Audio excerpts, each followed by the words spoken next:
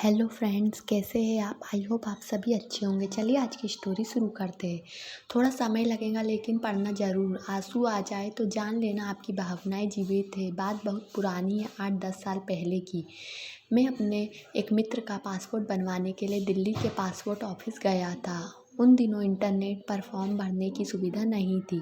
Passport दफ्तर में दलालों का बोलचाल था। खुलेआम दलाल पैसे लेकर पासपोर्ट के फॉर्म बेचने से लेकर उसे भरवाने, जमा करवाने और पासपोर्ट बनवाने का काम करते थे।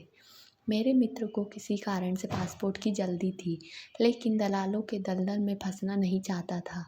हम पासपोर्ट दफ्तर पहुंच गए, लाइन में लग गए। हमने पासपोर्ट का तत्काल फॉर्म भी ले लिया, पूरा फॉर्म भर लिया। इस चक्कर में कई घंटे निकल चुके थे और अब हम किसी तरह पासपोर्ट की फीस जमा करानी थी। हम लाइन में खड़े हुए थे, लेकिन जैसे ही हमारा नंबर आया, बाबू ने खिड़की बंद कर दी और कहा कि समय ख़त्म हो चुका है, अब कल आइएगा। मैंने उससे मिन्नतें की, उससे कहा कि आज पूरा दिन हमने खर्च किया है और बस अब केवल फ़ीस जमा कराने की बात रह गई है, कृपया फ़ीस ले लीजिए। बाबू बिगड़ गया, कहने लगा, आपने पूरा दिन खर्च कर दिया तो इसके लिए वो जिम्मेदार है क्या? अरे सरकार ज़्यादा लोगों को बहाल करे। मैं तो सुबह से अपना काम ही कर रहा हूँ। मैंने बहुत अनुरोध किया पर वो नहीं माना। उसने कहा कि बस 2 बजे तक का समय होता है, 2 बज गए, अब कुछ नहीं हो सकता। मैं समझ रहा था कि सुबह से दलालों का काम वो कर रहा था, लेकिन जैसे ही बिना दलाल वाला काम आया, उसने बहाने शुरू कर दिए हैं। पर हम भी अड़े हुए कि बिना अपने पद का इस्तेमाल किए और बिना ऊपर से पैसे खिलाए इस काम को अंजाम देना है। मैं ये भी समझ गया था कि अब कल अगर आए तो कल भी पूरा दिन निकल ही जाएगा, क्योंकि दलाल हर खिड़की को घेर कर खड़े रहते हैं और आम आदमी वहाँ तक पहुँचने में बिलबिला उठता है। खैर मेरा मित्र बहुत मायूस हुआ और उसने कहा कि चलो अब कल आएंगे।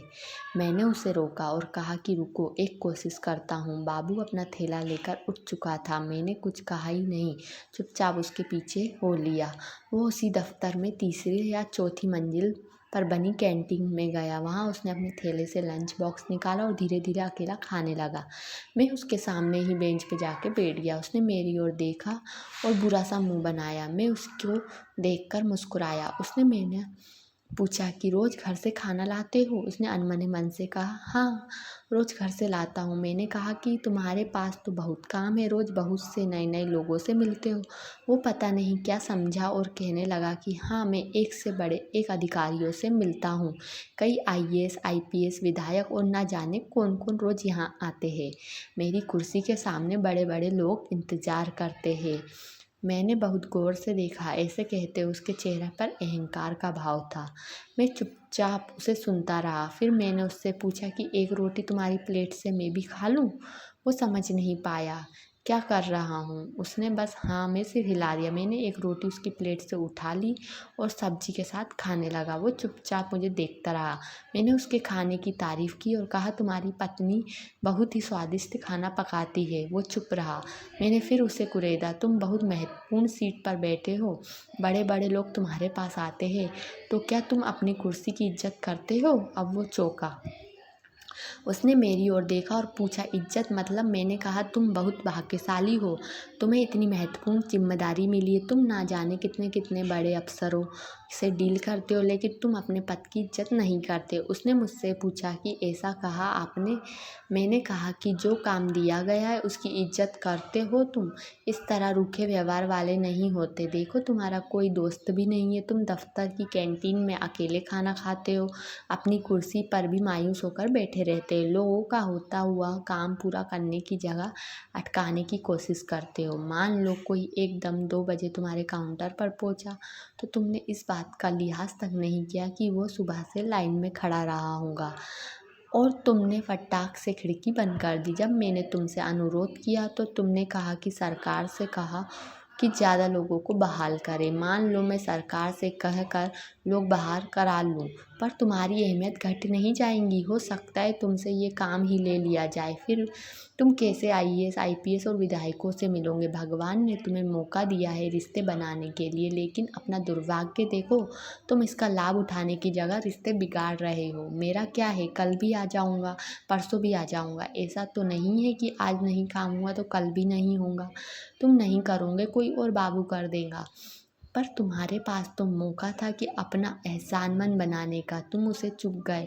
वो खाना छोड़कर मेरी बातें सुनने लगा था। मैंने कहा कि पैसे तो बहुत कमा लोगे, लेकिन रिश्ते नहीं कमाए तो सब बेकार है। क्या करोगे पैसों का? अपने व्यवहार ठीक नहीं रखोगे तो तुम्हारे घर वाले भी तुमसे दुखी रहेंगे। यार दोस्तों है नहीं, ये तो है, मैं देख ही चुका हूँ। मुझे देखो, अपने दफ्तर में भी कभी अकेला खाना नहीं खाता। यहाँ भी भूख लगी तो तुम्हारे साथ खाना खाने आ गया, और अकेले खाना कोई ज़िंदगी है? मेरी बात सुनकर उसको रुआसा हो गया। उसने कहा कि आपने बात सही कही साहब, मैं अकेला हूँ। पत्नी झगड़ा कर मायके चली गई, बच्चे भी मुझे पसंद नहीं करते। माँ है, वो भी कुछ ज़्यादा बात नहीं करती। सुबह 4-5 रोटी बनाकर दे देती है और मैं तनहा खाना खाता हूँ। रात में घर जाने को मन नहीं करता, समय नहीं आता कि गड़बड़ी कहाँ है। उसने हौले से कहा, खुद को लोगों से जोड़ो, किसी की मदद कर सकते हो तो करो। देखो, मैं यहाँ अपने दोस्त के पासपोर्ट के लिए आया हूँ। मेरे पास तो पासपोर्ट है, मैंने दोस्त की खातिर तुम्हारी मिन्नतें की निस्वार्थ भाव से, इसलिए मेरा दोस्त है, तुम्हारे पास नहीं है। वो उठा और उसने मुझसे कहा कि आप मेरी खिड़की पर पहुँचो, मैं आज ही फॉर्म जमा करा दूँगा। मैं नीचे गया, उसने फॉर्म जमा कर लिया, फीस भी ले ली और हफ्ते भर में पासपोर्ट बन गया। बाबू ने मुझसे मेरा नंबर मांगा, मैंने अपना मोबाइल नंबर उसे दे दिया और चला आया। कल दिवाली पर मेरे पास बहुत से फ़ोन आए, मैंने करीब सारे नंबर उठाए, सबको हैप्पी दिवाली बोला। उसी में से एक फ़ोन आया, रविंद्र कुमार चौधरी बोल रहा हूँ साहब, मैं एकदम से नहीं पहचान सका। उसने कहा कि कई साल पहले आप हमारे पास अपने किसी दोस्त का पासपोर्ट के लिए आए थे और आपने मेरे साथ रोटी भी खाई थी। आपने कहा था कि पैसों की जगह रिश्ते बनाओ। मुझे एकदम याद आ गया। मैंने कहा, हाँ जी चौधरी साहब, कैसे हैं? उसने खुश होकर कहा, साहब आप उस दिन चले गए, फिर मैं बहुत सोचता रहा। मुझे लगा कि पैसे तो सचमुच बहुत लोग दे जाते हैं, लेकिन साथ खाना खाने वाला कोई नहीं मिलता। अब अपने में व्यस्त हूँ मैं साहब। अगले ही दिन पत्नी मायके गया, बहुत मिन्नतें कर उसे घर लाया।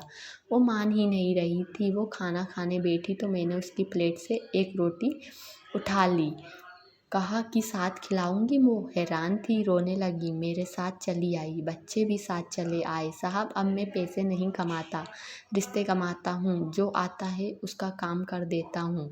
साहब आज आपको हैप्पी दिवाली बोलने के लिए फ़ोन किया है। अगले महीने बिटिया की शादी है, आपको आना है, अपना पता भेज दीजिएगा।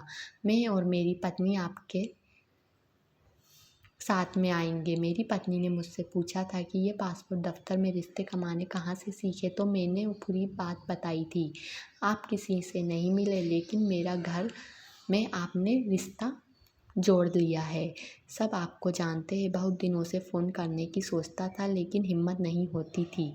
आज दिवाली का मौका निकाल कर रहा हूँ। शादी में आपको आना है, बिटिया को आशीर्वाद देने। रिश्ता जोड़ा है आपने, मुझे यकीन है आप आएंगे। वो बोलता जा रहा था, मैं सुनता जा रहा था। सोचा नहीं था कि सचमुच उसकी ज़िंदगी में भी पैसे पर रिश्ता भारी पड़ेगा, लेकिन मेरा कहा सच साबित हुआ। आदमी भावनाओं से संचालित होता है, कारणों से नहीं। कारण से तो मशीनें चला करती है। पसंद आए तो अजीज़ दोस्तों को ज़रूर भेजें एवं इंसानियत की भावना को आगे बढ़ाए। पैसा इंसान के लिए बनाया गया है, इंसान पैसे के लिए नहीं बनाया गया।